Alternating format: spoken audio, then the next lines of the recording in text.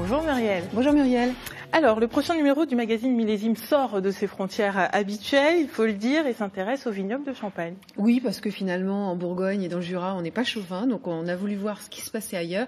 Et on a choisi un vignoble qui est à la fois très proche de chez nous et qui est complètement différent, donc c'est la Champagne. En quoi est-il proche ? Alors, il est proche parce que géographiquement, déjà, il touche le département de la Côte d'Or. La partie sud du vignoble de Champagne, dans l'Aube, c'est ce qu'on appelle la Côte des Bars, c'est au sud de Troyes. C'est une des 4 régions de Champagne.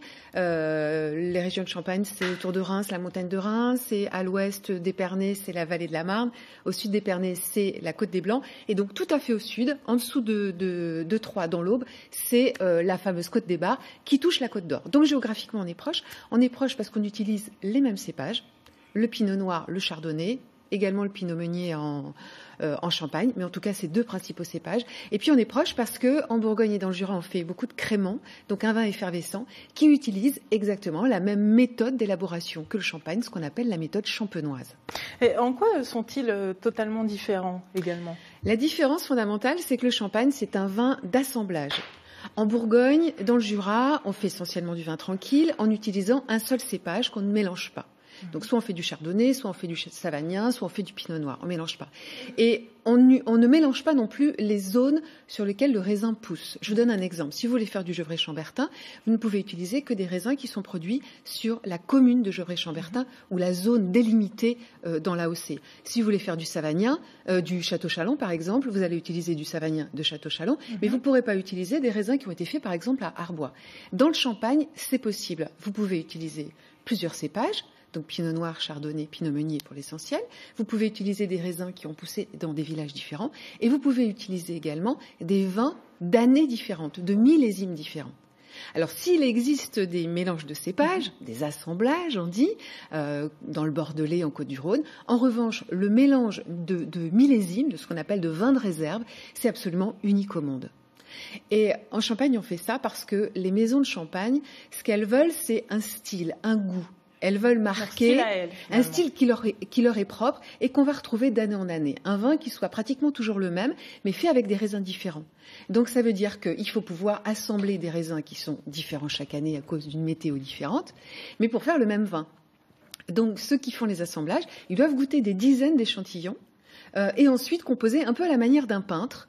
Donc, s'ils veulent une dominante d'une couleur, ils vont prendre une grosse partie d'un vin, puis après, ils vont ajouter plein de petites touches de couleurs différentes. Et ça fait qu'ils utilisent des fois des toutes petites quantités d'un vin, 1 ou 2%, mais qui va donner une couleur complètement différente. Et finalement, c'est ce que vous allez nous montrer dans le magazine Millésime. Alors, on va vous montrer parce que le chef de cave de la maison Pommery, une grande maison de Champagne de Reims, nous a fait une démonstration, nous a tout expliqué, nous a fait une démonstration. Vous allez voir, c'est assez impressionnant.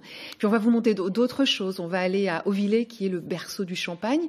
C'est là où a officié pendant longtemps Dom Pérignon, celui sans lequel le Champagne ne serait pas ce qu'il est aujourd'hui. On parlera de la candidature des champenois à l'UNESCO, parce que eux aussi, ils ont déposé un dossier qui devrait être traité fin juin, début juillet. Ils veulent classer leurs coteaux, donc leurs paysages, leurs maisons, qui très tôt ont fait une sorte de marketing international. C'est assez spécifique aussi au Champagne.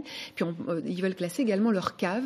Certaines sont dans d'anciennes mines de craie, ce qu'on appelle des crayères. C'est des endroits absolument extraordinaires. Donc on vous montrera ça. Et puis on parlera un petit peu de l'élaboration, donc notamment de l'assemblage. Et puis une autre étape très capitale dans l'élaboration du champagne, qui est le dosage, qui permet de faire des vins plus ou moins secs, plus ou moins sucrés. Et ça, ce que je vous propose, c'est qu'on le regarde, parce qu'on a un reportage là-dessus, et on va regarder ça. C'est un reportage de Sophie Dumay et Xavier Claes. Avant le reportage, je vous remercie d'être venu donc nous présenter cela, et je rajoute que le magazine Millésime, on le voit dimanche 11h30. Très bien, merci. Reportage tout de suite. Tête à l'envers, le dépôt coincé dans le goulot, les bouteilles de champagne s'apprêtent à être dégorgées et recevoir une dose de liqueur. Cette liqueur est une sorte de sirop obtenu à partir de sucre de betterave et de vieux vin, ou alors de mou de raisin concentré rectifié. Le dosage, ultime étape de l'élaboration du champagne, qui va déterminer s'il s'agit d'un champagne brut ou demi-sec, voire doux.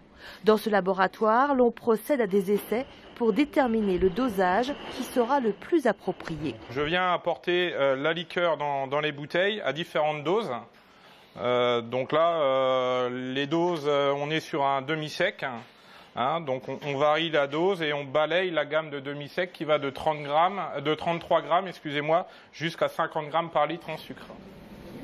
Les essais ne seront pas dégustés avant 2 mois au minimum pour que la liqueur soit mêlée au vin. Ce jour-là, une dégustation d'essais de dosage est prévue avec un vigneron. Ces 12 bouteilles contiennent la même cuvée, mais elles ont été dosées différemment. Elles ont reçu entre 1 gramme de sucre par litre jusqu'à 12 grammes. La dégustation à l'aveugle va permettre de révéler l'équilibre parfait. On pourrait penser techniquement que ce n'est qu'un apport de sucre dans le vin, et pour lui donner une certaine onctuosité, un caractère plus ou moins sucré. C'est-à-dire que quand on déguste, on n'a ni la sensation de trop, ni la sensation de pas assez, on a une sensation d'équilibre. Les résultats de cette dégustation sont étonnants. Tout va se jouer au gramme près. Pour nous, ça ne nous surprend plus, mais effectivement, quand on joue d'1 gramme par litre au niveau quantité de sucre et que l'on passe du verre préféré à celui qui est vraiment le moins aimé, on se rend compte de l'importance du dosage et du côté pointu que devrait avoir le dosage. En première position, verre numéro 10. Oui.